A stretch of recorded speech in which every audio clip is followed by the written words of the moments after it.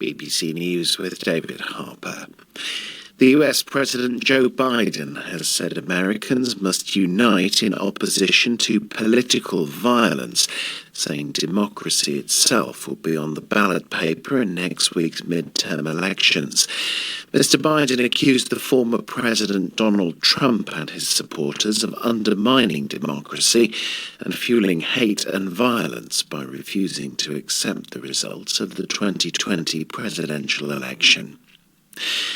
Tokyo and Seoul say North Korea has fired 3 missiles amid heightening tension in the region.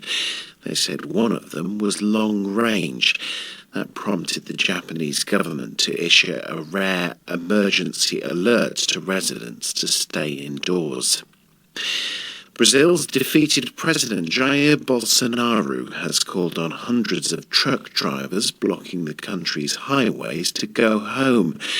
Blockades began on Sunday in protest at the right-wing incumbent's narrow loss to his left-wing rival Luis Inácio Lula da Silva.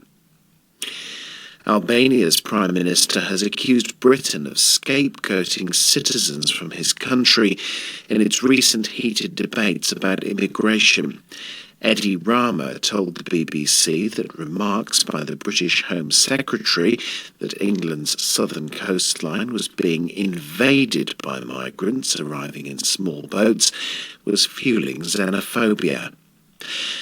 The Australian government has appealed to the country's multi-billion-dollar mining industry to support its plans to give Indigenous people a voice in Parliament. Australia's Resources Minister said the upcoming referendum on Indigenous rights would allow First Nations people to represent their views on matters that affected them directly, such as mining. The British government has confirmed that it has no plans to move its embassy in Israel from Tel Aviv to Jerusalem. In a briefing with foreign journalists, a spokesman for the new Prime Minister Rishi Sunak said there were no current plans to change the embassy's location.